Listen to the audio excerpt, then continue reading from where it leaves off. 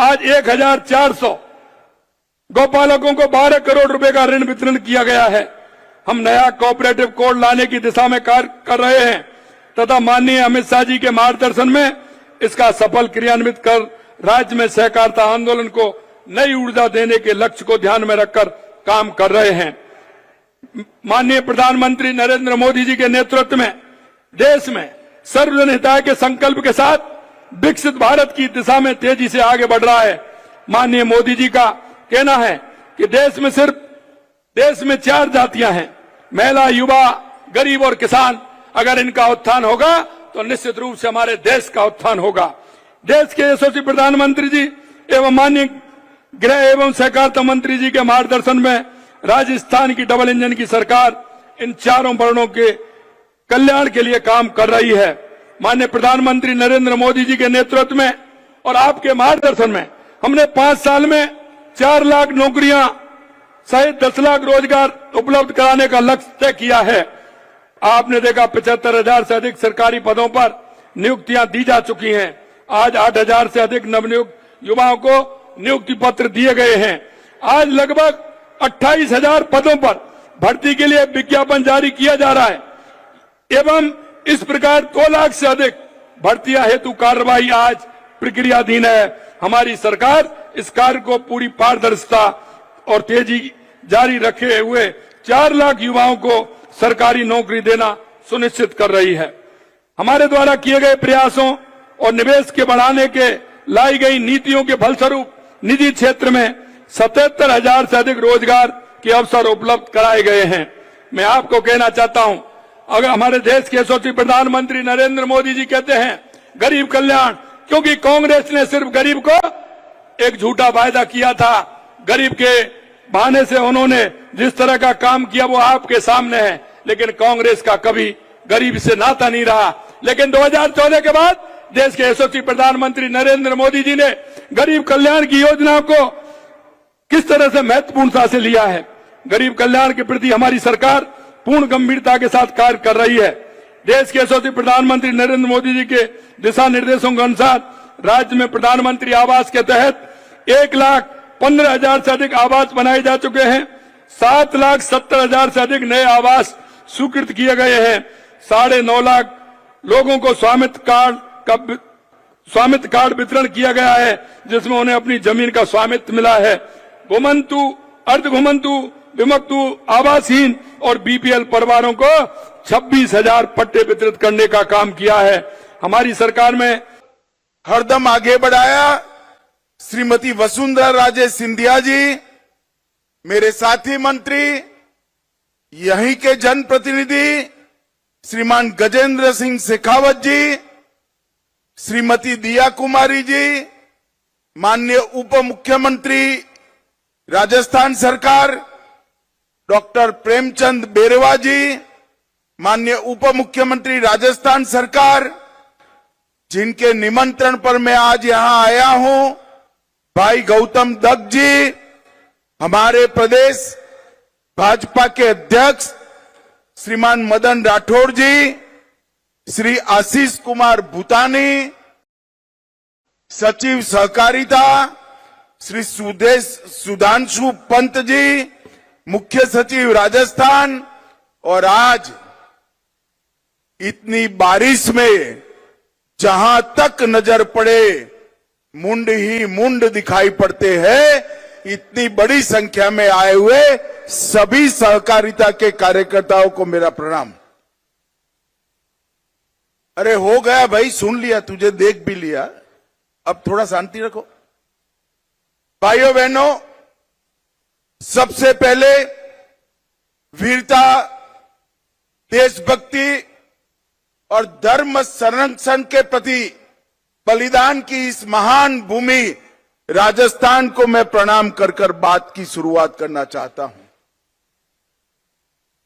यही भूमि है जिसने वीर राणा सांगा, महाराणा प्रताप, वीर दुर्गादास राठौड़, पृथ्वीराज चौहान, महारानी पद्मिनी, पन्ना धाय और भामाशाह जैसे दानवीरों को भी जन्म दिया।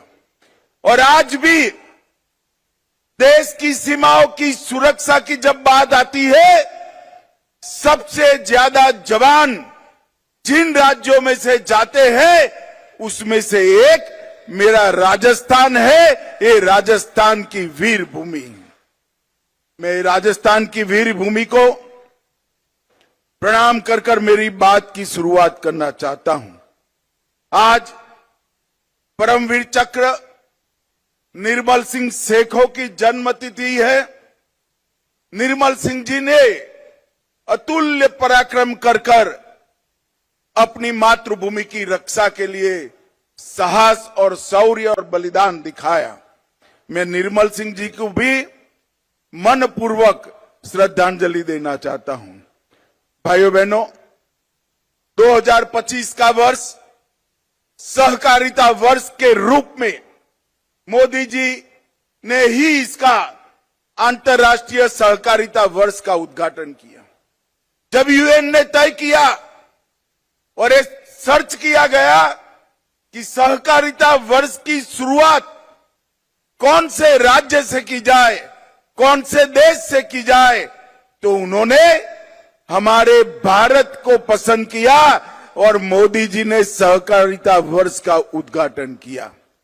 और आज सहकारिता वर्ष के उपलक्ष्य में 24 अन्न भंडारण गोदाम, 64 millets outlets, Gopal credit card योजना के तहत ऋण का वितरण, दूध उत्पादक समितियों को माइक्रो एटीएम का वितरण, 2 उत्कृष्ट पैक्सों का सम्मान, प्राइमरी डेयरी कोऑपरेटिव सोसाइटी का ऑनलाइन पंजीकरण और दीनदयाल उपाध्याय गरीबी मुक्त अभियान की सफलता की कहानियों के पुस्तक का विमोचन, ये सारी चीजें यहां पर हुई हैं।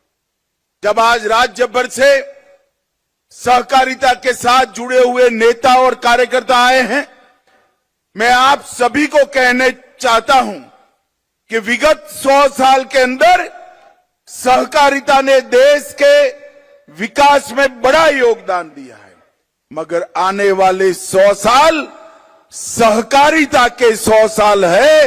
हर गांव, हर विकास, हर गांव, हर गरीब, हर किसान तक सहकारिता को पहुंचाने के लक्ष्य के साथ नरेंद्र मोदी जी ने केंद्र सरकार में एक स्वतंत्र सहकारिता मंत्रालय स्थापित किया है। आज 98% ग्रामीण क्षेत्र में सहकारिता की सक्रिय भूमिका है। देश का धान और गेहूं की खरीदी में लगभग 20% योगदान सहकारिता का है। उर्वरक के उत्पादन में 35% उर्वरक सहकारिता के माध्यम से उत्पन्न होता है। 30% चीनी सहकारिता के माध्यम से उत्पादित होती है और 20% से ज्यादा फेयर प्राइस शॉप भी कोऑपरेटिव के माध्यम से चलते हैं। 8,50,000 कोऑपरेटिव के माध्यम से 31 करोड़ लोग सहकारिता से जुड़े हैं। और नरेंद्र मोदी जी ने सहकारिता मंत्रालय की स्थापना की। 4 साल के अंदर हमने 61 इनिशिएटिव के माध्यम से सहकारिता को मजबूत करने का काम किया है। 2 लाख नए पैक्स बनाने का काम शुरू हो गया है, उसमें से 40,000 पैक्स बना लिए गए हैं। सभी पैक्स का कंप्यूटराइजेशन समाप्त कर दिया गया है। सभी पैक्स के मॉडल बायलॉज सभी राज्यों ने स्वीकार कर लिए हैं और इसके साथ साथ गोडाउन बनाने का काम भी शुरू हुआ है। ऑर्गेनिक प्रोडक्ट्स एक्सपोर्ट और बीज संवर्धन के लिए नई समितियां बनी हैं।